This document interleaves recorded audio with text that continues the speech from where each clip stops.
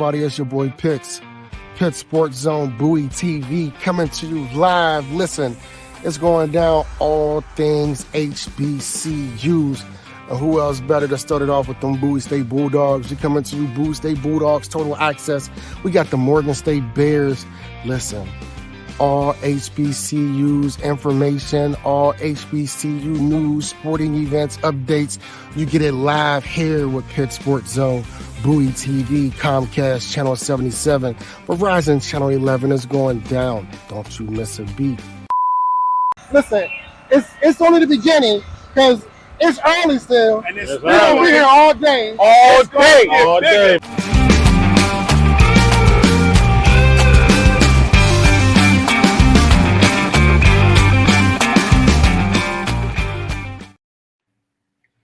Coach Jason Bryant, Albany State University Softball head coach. How are you doing today, sir?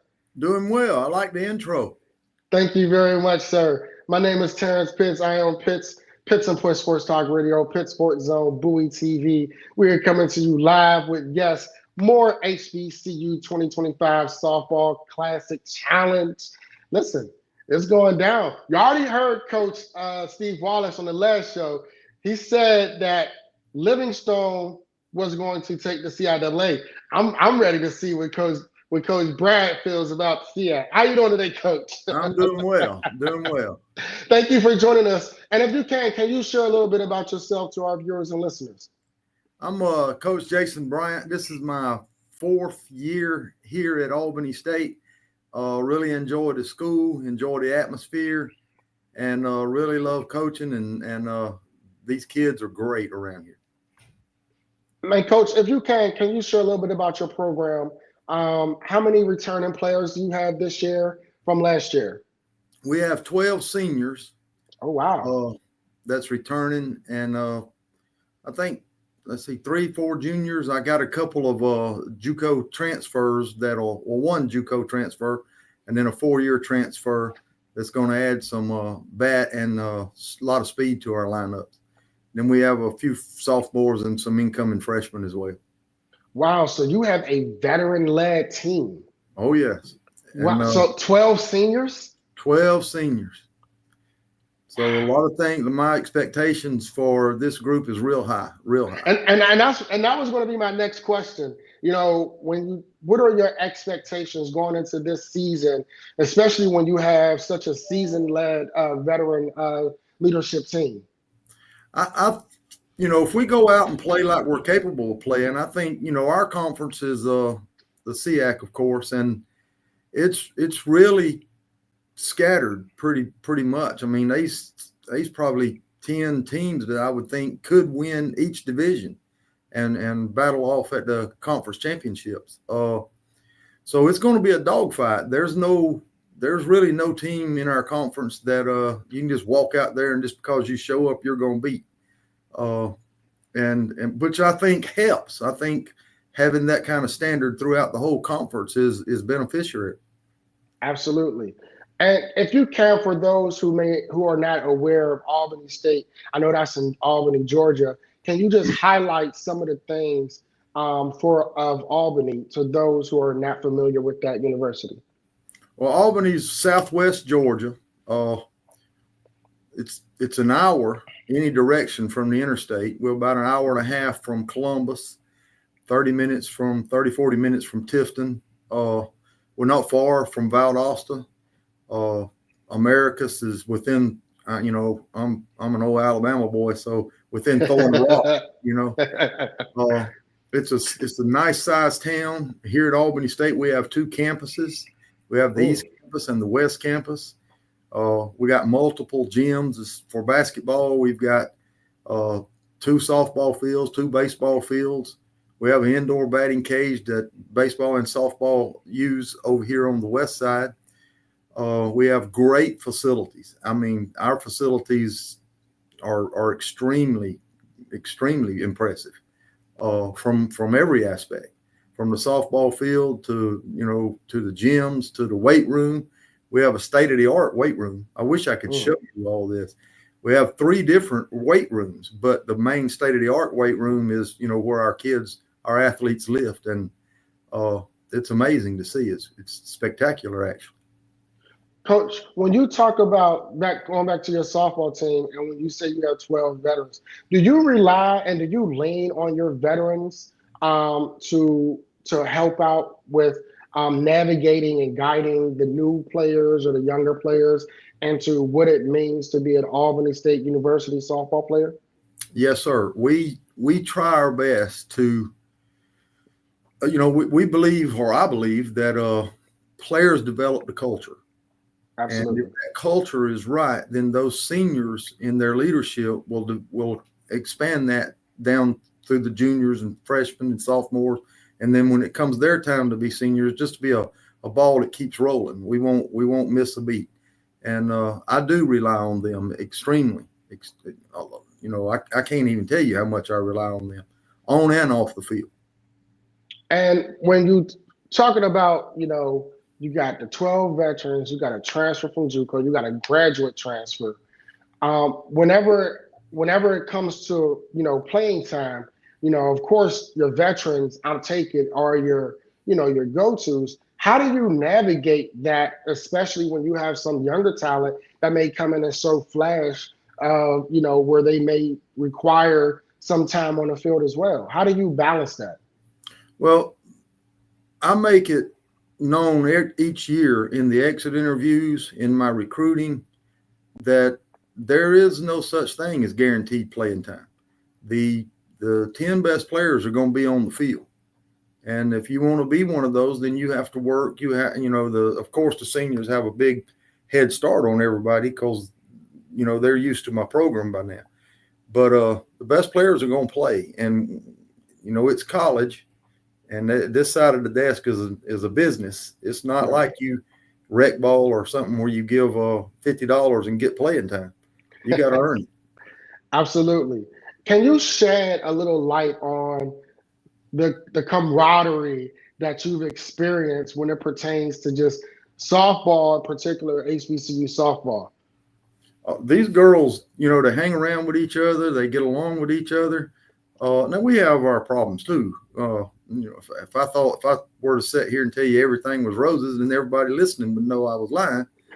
But we have those things, but we also pride ourselves in being mentally tough enough to overcome those things and stay together as a unit. As far as the school, from the president to the last one on the totem pole, so to speak, everybody loves each other. We get along with each other. Even in meetings when you might disagree or something, but as far as I've been here, everyone leaves on the same page, and we're trying to do what's best for our particular program. Have you been a part of, or did you help come up with any of those chants, Coach? The chants the girls do? Yeah. No, I stay out of that. I totally stay out of that. Coach, only thing I do sometimes call timeout. We don't want to say that. But boy, son, now they get into that's the one thing that I noticed early on when I first came into the HBCU world was you can be up 12-0 or down 12-0, but them chants are important. They're gonna keep on going. God forbid you make an error, because if you do, they ain't gonna let up. And Coach, I laugh because when you say no, I stay out of that, I'm laughing because I said last year those chants are brutal. You better have some thick skin out there. You ain't gonna like it, And the coaches are off limits. Oh well, most of the time. Coach, last year you guys participated in the 2025 HBC or the 2024 HBCU Softball Challenge. Just talk about that experience from last year. What did it meet your expectation? And what did you take away from it from last year? Well, one of the reasons I like playing in it, we from a coach's perspective, we get the Division II games and we get region games. I served on the RAC committee for the last 3 years, and those games are very, very important. And also the atmosphere. You put your girls in that atmosphere, you put your team in that atmosphere, And that's going to be seen again when you get to the crossover. When we have a big crossover in our conference where the East plays the West. You're going to experience that again if you make the playoffs. So gathering up all the experience you can in that kind of atmosphere, I believe it's extremely beneficial for our kids. And as far as getting stuff out of it, what I've learned is every team is competitive. I mean, from the time you walk out there and throw the first pitch to you walk off at the end in the challenge, it's competitive. And you're going to have to play if you want to win these games. When you talk about on the field in the first pitch, I noticed last year that a lot of these players know each other. Mm-hmm. So it's a lot of fun watching the interaction, especially when they're playing on other teams. And then going into, I looked at it as a sharpen iron type situation, right? Because you leave from the challenge and then you go back to your respective universities and institutions, and then you start, some may have already started or some are getting ready to start their softball season. Does that help you prepare and see what you may or may not have in regards to your team, some strengths and weaknesses? Oh, yes. Especially when, like we were alluded to earlier, I have 12 seniors. Well, when we go there, I'm expecting that a lot of kids, not all of them, but a lot of kids will get opportunities to play. And, given that opportunity, I always tell my kids, I use the door analogy, when the door's cracked, kick it in.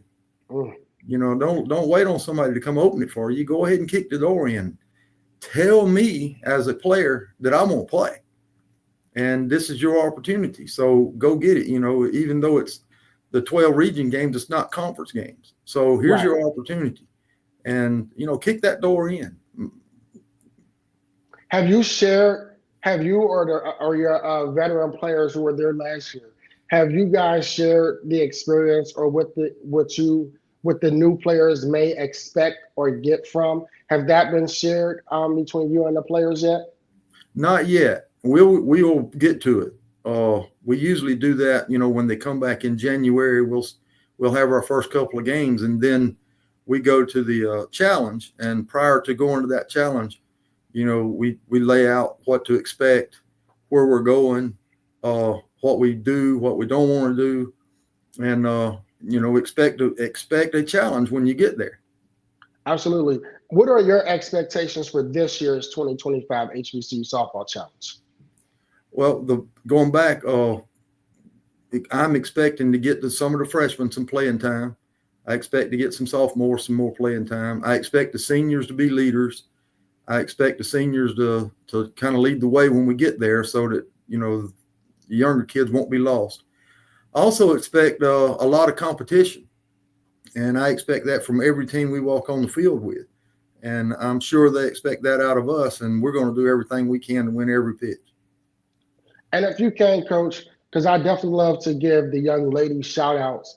And of course, it's not selective favorites or whatnot, but if you can give a highlight of some of the young ladies that definitely we should be on a watch for come this softball season or for this softball challenge that I can be on a watch for when I'm in Spartanburg, South Carolina with you guys. Well, I think most of the teams that know us by now, my leadoff hitter is Madison Hurt. She was the number one player in the country as far as stolen bases per innings last year. She's the best second baseman I've ever coached, and I've been in this thing a long time. Katie's right behind her, Katie Ayers. I don't know how to do it, or I would have already done it. She had 4 inside the park home runs last year, and I'm not talking about errors. I'm talking about just got down the right field line or hit it in the gap. And I don't know that's not a quick NCAA record. 4 inside. I don't know that I've had 4 cumulative in my whole career. She hit 4 in 1 year. I was like, amazing. And we got a solid pitching staff. Kalia Smith, Ramona McLeod, and Trista Murphy. They're going to, head that pitching staff. I got 2 other freshmen coming in as well. They're going to they were all conference pitchers last year, so we expect a lot out of them. And one of the reasons of this platform specifically is to highlight HBCU athletics, and because there isn't that much media attention, and especially when it comes to the women in sports. And from my experience over the last couple of years, when it pertains to the softball teams, they are a group that is together. They care about each other, and they are determined, regardless of score. Like you said earlier, when it came to the chance, regardless of the score, yes, they'll chat, and if you make an error, they're not going to let you know. But they also fight to the very end. Oh yes, we've had games. One that comes to my mind right off the bat is we were down 8-0 in the first inning last year and come back and won that game. And that's universal with the kids. They're not going to quit. They just keep fighting and fighting and fighting. And if you let up at all, it's almost like it's momentum. Yeah. You let up at all. If they grab that momentum, it's really hard to get it back. If there was a young lady out there, Coach, right, and she's losing her desire to play softball, but she's a good softball player, what would be your message to her? I relay my own life that, I'm 59 years old now. And if somebody asked me to play, I would suit up and play. I don't know how long I could play, and I sure don't know what I'd look like afterwards. But don't lose that desire, because there will come a time when you won't be able to play. And for my seniors, this is it. Unless they, go to a slow pitch league, always cut up with some of them going to the First Baptist Church League that they have down here. This is it. Play with everything you got, do everything you can to make it last, go as long as you can, and play hard to the last out's made. How would you consider your style of coaching? Cerebral is a good word, I suppose. I like to think through. I'm analytical in everything I do. I'm strategic. I try to harness my emotions. There was a time when I was younger. I probably shouldn't say this on air, but at one time, the league I was in, I led it in ejections for 7 straight years. I hope I've evolved over my time and much more laid back now, and don't take things so personal. You said you led it in ejections for 7 years in a row. Straight. Oh, so the umpires knew your name. You had a target on your back. Oh yes. Well, I think I developed that target myself. I don't think they put it on there. I just did it myself. As a matter of fact, they changed the rules for me. Oh, so you have your own rule. What is the Coach Jason Bryant rule? Yeah, well, when we first had our meeting, I'm cutting up because we had the chairperson came in to explain that meeting years ago. Coach Hal Wynn, I just saw him the other day for the first time in like 20 years at the NFCA convention. And he walked in having the new rule now where if you get ejected in the first game, you got to set in the second one. You get ejected a couple times, then you're going to set for a lot longer. And he introduced those by saying, these are the Jason Bryant rules. So since then you haven't had to sit for any games, right? No, sir. Hey, changed my perspective. I don't argue judgment calls no more.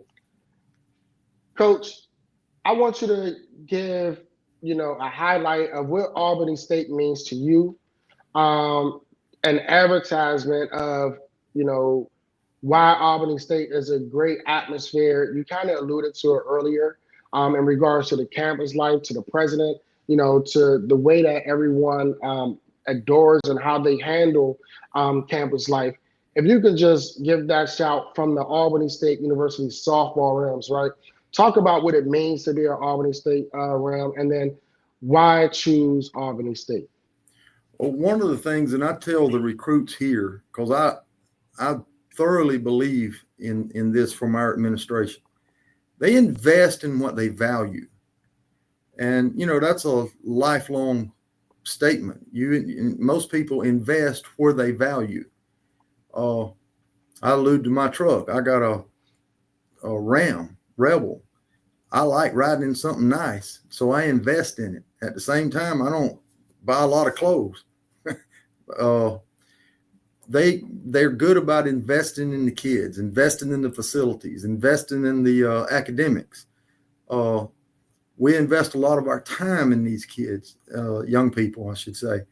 And that is appealing to me. I want to be where they invest in what they value. They just don't do things just to be doing it. They do it with a purpose and a meaning behind it. And at Albany State University, that's what you'll get if you want to come here. I mean, we're going to invest in you. And you know, we want performance. We want those things that we're investing in with you. We want to see the grades, the high GPAs. We want to see you graduate. We want to see you do well on the softball field. We want to see you become somebody valuable in the community and to stand up for what you believe. And we don't back down on that. Absolutely. Matter of fact, my AD has a shirt that she made, and it's a hashtag creating legacies. Wow. And lastly, Coach, this is off topic, but I just want to get your take because you said you're from Alabama, right? Yeah, I know what's coming. Are you disappointed that Alabama didn't make it into the college football playoffs?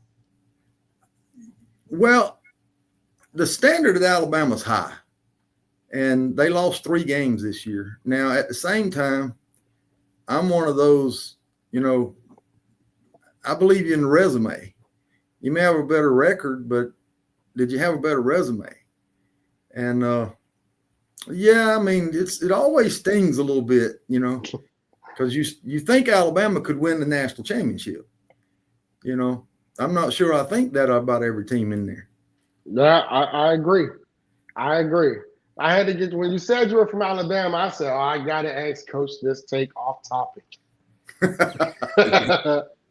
But no, Coach, stings a little bit.